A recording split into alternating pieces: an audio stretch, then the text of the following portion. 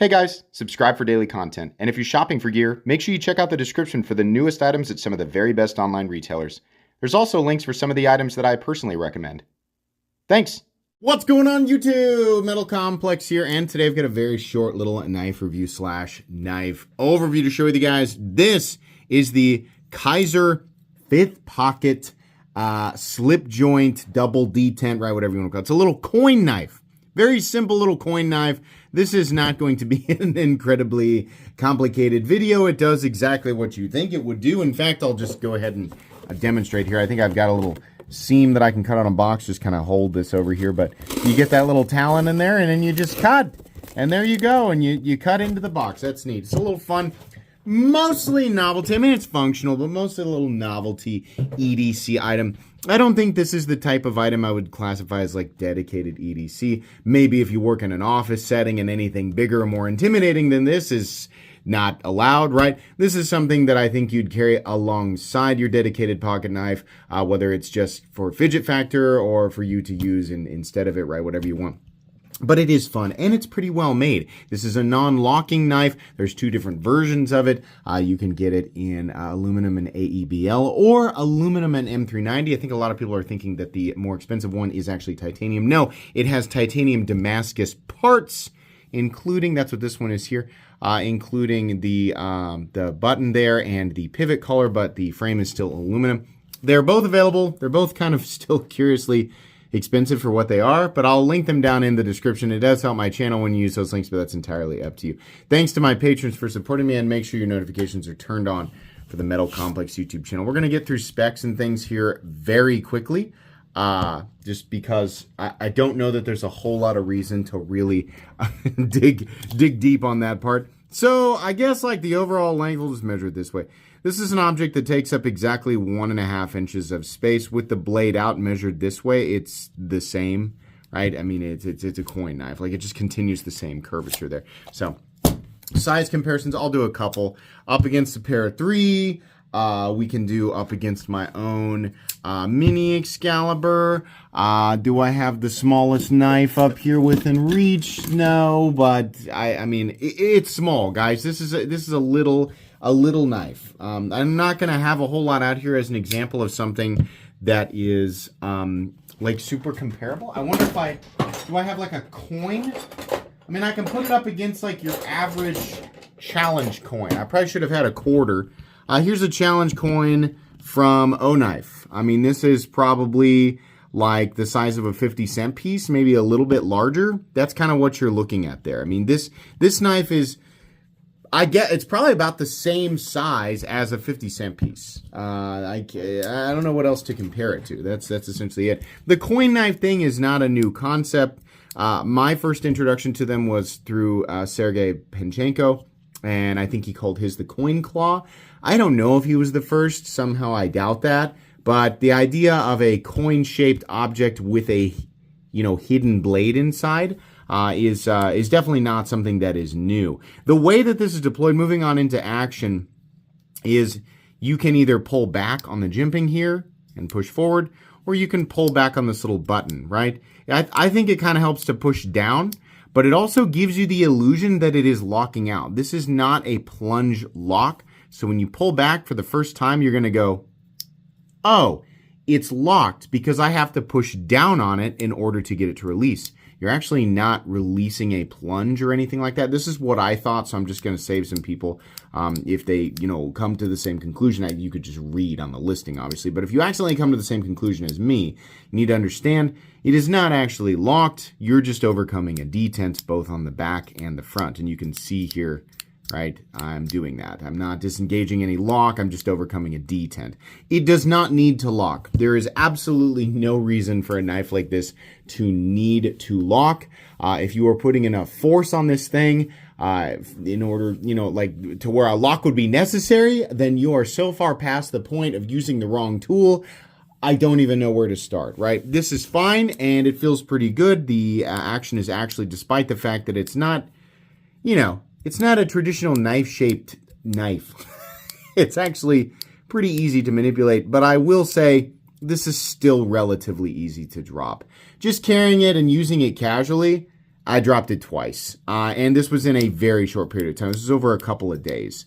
Oops. And you can also accidentally run your finger up. I actually missed myself there, drug it over the top. You can, it's actually this is not the first time this has happened to me either.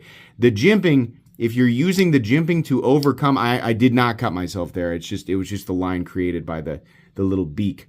If you are using the jimping to overcome that detent, your finger absolutely can slide over the top. And I think if you get enough curvature over there, you could accidentally cut yourself. But just be aware of that. Obviously, you can, manipulate this with the little button here. But the jimping up there is going to cause some people to want to do that. So just be aware. It's easy to operate, but it's also not like transitioning from a knife to this is probably going to create some awkward situations like that. So let's go ahead and do, it's carry profile. Look, I'll put it up against the Para 3. It's like carrying a thick coin, right? It's like carrying a challenge coin. That's what it's like. The weight on this object, again, both versions are aluminum. The only variation is what the material is for the pivot collar and the button, which, by the way, the pivot collar is on both sides, and then what the blade steel is. So these should all weigh essentially the same, which is 1.1 ounces. That is way beyond ultra lightweight, and in my opinion, it's so lightweight that you're just really, really likely to forget that it's in your pocket. We'll do a hardware check. I'll get out my tools as per usual. My tools are very inexpensive and very recommendable. You can find them right down in the section of my description that talks about the tools I use in this channel. I believe this is a T8, and then these other ones, yeah, these are T6. So you have T8 and T6. It's obviously not a very complicated object. If you want to take it apart, just need simple torques and you're good to go.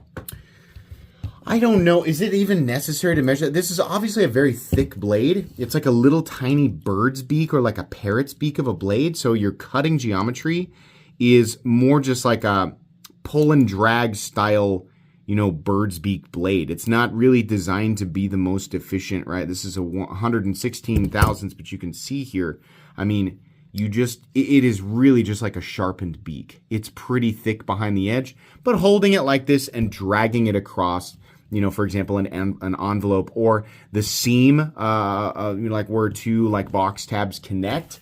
It's not something that I would use to separate cardboard, right? Like breaking down cardboard. No, because you really, it's quite a thick wedge. But just like breaking the seam, or cutting through tape or something like that. Yeah, it was, convenient.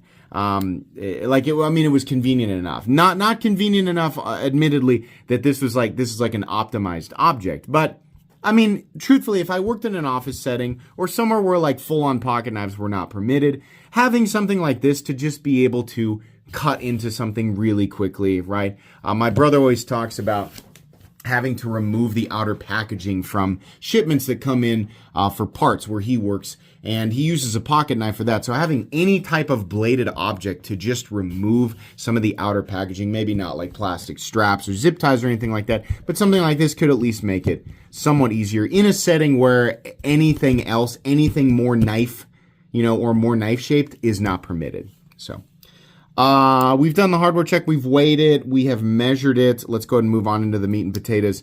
This is a fun little object. It's just fun, right? Again, this isn't going to be the most optimized choice for anybody, but it's going to be picked up largely, and I would say almost exclusively, by people who are knife enthusiasts. This is the type of object that really it makes a lot more sense for the average person if it's like, a $20 object or like a $10 object, because Kizer made this and it's got nicer tolerances and it's got, nicer materials. The combination of, in this case, your aluminum and your, on an object like this, I'm really not.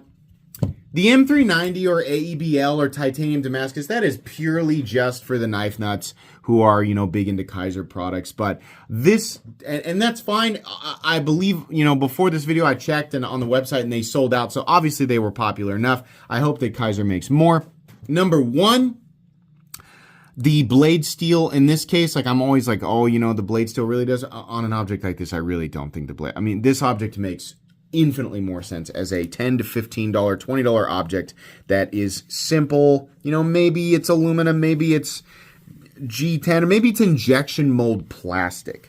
And then the blade steel is literally whatever, right? That it makes a lot more sense to me like that. But there's a price tag and a material combination for everybody, right? So your combination of aluminum and AEBL in M390, and by the way, like my opinions on the HRC range for their M390, I think is a little low, but it hardly matters here. It really hardly matters at all because whether they get the heat treat absolutely perfect or not, it's the same weird little parrot's beak geometry that you're going to be using to cut this stuff open, right? Sharpening this, I think, will also be a gigantic problem. You're almost just like, the edge just lasts however long it's going to. I mean, like getting in here to sharpen this like weird short little recurve, I don't know that there's going to be a super convenient way to do it. So you kind of just use it, and then once it goes dull, it's still a hook-shaped little blade thing, and you can probably still use it to just separate tape and light material, even though the edge is really not all that sharp. This hasn't been used a ton. Like I said, it's just been casually used to cut a few things over a couple of days, so I can show you essentially what your sharpness is out of the box. Like it is enough to slice paper, kind of, but you're doing more tearing than cutting. The edge geometry really just isn't anything incredibly special. And it's not because Kizer doesn't know how to do edge geometry. It's just like that's the limitation, the natural limitations of an object like this, right? It's more for fun than it is. There's going to be people taking it way too seriously, especially because of the price tag. No matter how seriously you try to make it, to justify your complaints and your irritations, it's just for fun, right? The people who bought it, I'm sure they like it, right? It doesn't make a ton of sense to me as a $90 object for M390 or a $50 object for AEBL, but it was, and people bought it and they picked it up probably just to put a smile on their face, right? Probably not to use as a completely and totally serious, like perfectly optimized object for EDC that day, but really just to enjoy it. In the EDC world, anything less than $100, right? $100 is a lot of money. But in the EDC enthusiast world, anything that's under $100 is not usually viewed as an expensive object. So it really depends on your perspective. There's no shortage of people who are like definitely EDC enthusiasts who participate in this world consistently, and they look at anything that's under $100 is just a budget-oriented object. Me personally, it's under 75, but that's the way it's going to be viewed. Somebody who is newer or just not as kind of woven into our community and industry is just going to view this as something ridiculous, right? So depending on your perspective, for me, yeah, it's fun, but it's a little bit silly, right? But that's okay because the knife world is full of that. Ergonomically, like I said, it's a little bit awkward both to manipulate. I mean, like it's not the safest object. It's not the most, ergonomic object. But once it's out, you're essentially good to go. There's not a lot of like accidental actions with your hands that are going to cause it to accidentally disengage and cut you, right? I think it's going to be pretty hard.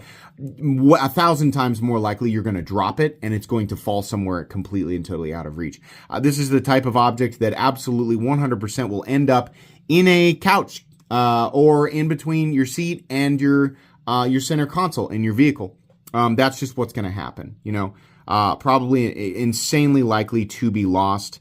I think that, you do have a little lanyard hole here, right? This is the type of thing where I think it might even be a good idea to get one of those keychain pocket clips. I think you can get them on eBay and run the back of the keychain through this area right here. You might have to disassemble it to do that, but run the back of it through here and then actually clip it to your person with the little pocket clip. I think they still. I remember seeing those on eBay for like $10 to $15, which again, you're adding $10 to $15 to an object that is already at the bare minimum $50, and it just kind of gets ridiculous. But if you're gonna carry it, might as well spend a little extra and just make sure, sorry, I bumped the camera, just make sure that you don't accidentally, lose it. That's really all there is to it. I mean, the blade is centered. It's a Kizer object, right? It's well made enough. There's not really anything else to say here. This is not generally an object I'm going to openly recommend to people, but I think anybody who picked it up will enjoy it. It was fun. I knew you guys wanted me to talk about it and show it, and I knew some of you wanted to get a better look. It's cool, and admittedly, I am going to keep this. I just think it's fun. I'm probably just going to keep it out here on my desk as like a quick, grab it and use it kind of thing, maybe just to put a smile on my face. But fun. I'm glad that Kizer's doing stuff like this. That's going to be it today, guys. Please make sure to follow me on Instagram at metal_complex. If you enjoyed this video, leave a like. If you'd like to check out my other content, I do, of course, have lots of videos of knives that are either expensive or inexpensive that I do or don't like, so check those out. And if you enjoy all my content, go ahead and click on that Metal Complex logo right there and subscribe because there's definitely more coming. Thanks again for watching, everybody, and have a great day.